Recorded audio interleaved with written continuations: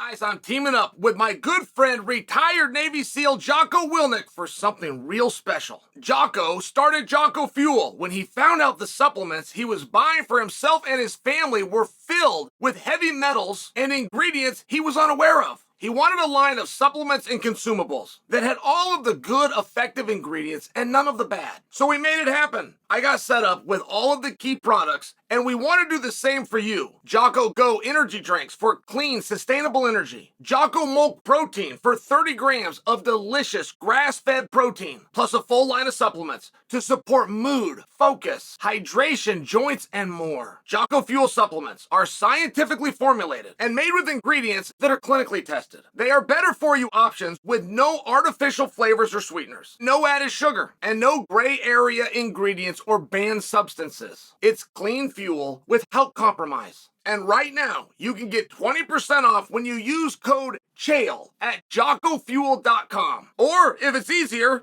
just click on the link below. Bo Nickal versus Grundage got moved to the main card of 300, and this made some waves.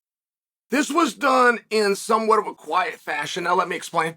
The main card, or at least the lineup of the card, got released.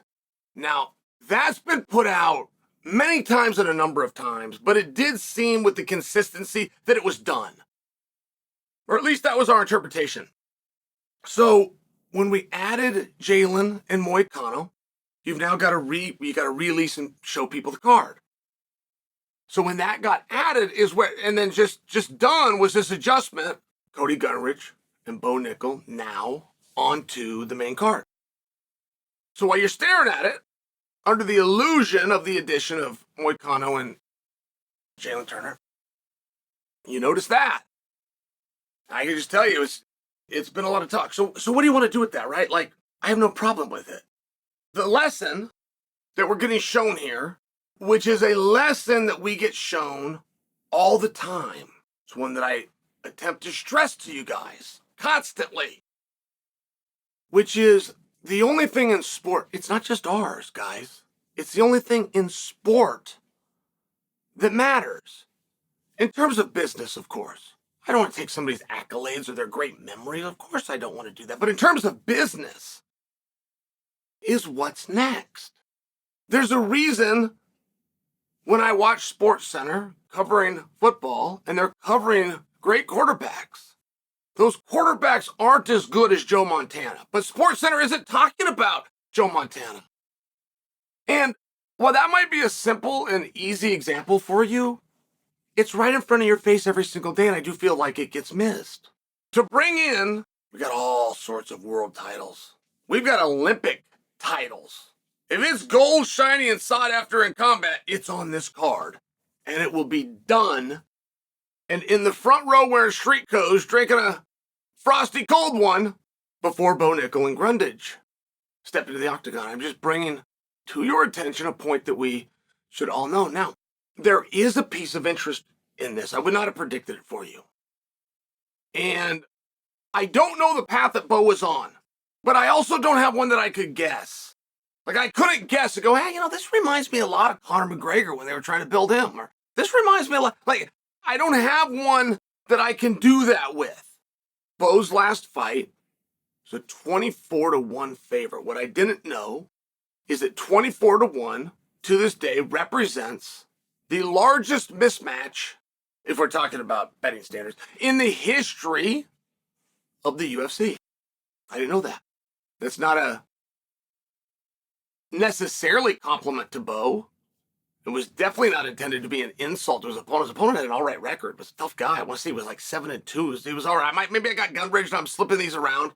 But I will share for you, it was definitely a testament to the gap, to the separation between the red corner and the blue corner, at least in your opinion. And the reason that mattered to me, and the only reason that mattered to me, is what do you do from there? If we are using history as our trajectory to the future, what has the Ultimate Fighting Championship done with somebody that is just a huge spread, goes out and wins, looks great doing it, does it in impressive fashion, throw the finish in, gave the crowd what they want to make. You check all the boxes, but it ends up being a discrepancy that you didn't know when you signed it. So you go through with the placement, you go through with the the show with the interview, you go through with everything, but what do you do after that? Well, all I got to do to be doing my job is bring it closer. So if that was the biggest spread of all time, I just got to do it closer. And it appears that that's the spot that we're in. Now, will Bo be the biggest star, and will he be the biggest talk of the town with a win any way that he gets it, including the first round finish that they predict that he's going to do? No, not compared to the star that Cody Gundrich will be, and the talk they will do about him should he get the victory in the same fashion. So I bring that to you because I don't at all mind the concept. I see the skill. I would like to see him now, the same as I did a year ago, matched up with Chimaev. I think move for move and X's and O's of the top guy, Chimaev has the most difficult skill set. So when I say that I think Bo could go with Chimaev, I mean, I'm telling you, yes, I see it. I see everything. I see everything that you're saying. But if we're going to go and we're going to shine him up, I still am left wondering, shine him up for what? We didn't shine him up for Cody Gundrich. That's not what we did. We didn't even shine him up for a good placement on 300 because he draws and sells so well. He's getting shined up because there's a future draw belief by the decision makers. Just wonder where you go from here. If our last fight, the biggest shred, if it only brought us this much, how many main cards and how many are we going to do until we're just going to do this? I don't know. I stand by I'm ready now. I stand by I believe he can go in there now with Chimaev. But is there a reasonable belief, no matter how good Bo looks, is there a reasonable belief that if we've just done, if that's the increments we're making, and don't forget on the last one, right? The last one was the biggest spread of all time. So Bo's career looked a little bit like this. Do you guys see my hands? His career looked a little bit like this, with success. Then pulled back apart. Right? We're getting some wins in there. We're starting to get closer. We're starting to get the interviews. We're starting to talk about Chimaev. Chimaev's starting to talk about us. And we get matched up with what the odds makers call the biggest spread of all time. Now, nobody saw that coming. Nobody knew the odds makers were going to do that, and that's where you guys were going to hedge your bet. But there you are, so then you start to bring it back together again. At some point, are we going to take that huge step?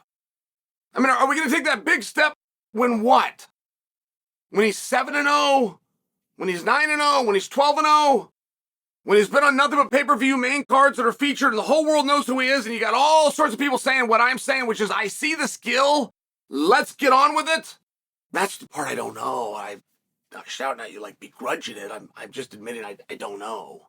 There seems to be, at this point, at least with this card's placement, a very big risk by Bo. Now, you can always know that when you ask yourself, if the Bo of the scenario wins in the first round, does he get the bump that the Gundrich does with a win in the first round? As soon as that answer is no and it goes to Gundrich, it goes to the underdog. Understand the risk that's being taken. There's no problem with that. I'm just sharing with you. You're going to take risks. Let's take a risk, right? Everything in life, with great risk comes great reward. There's a great risk being taken here by everybody, by the UFC, by Gundrich, by Bo. What's the reward? I think that's a fair and reasonable question by me.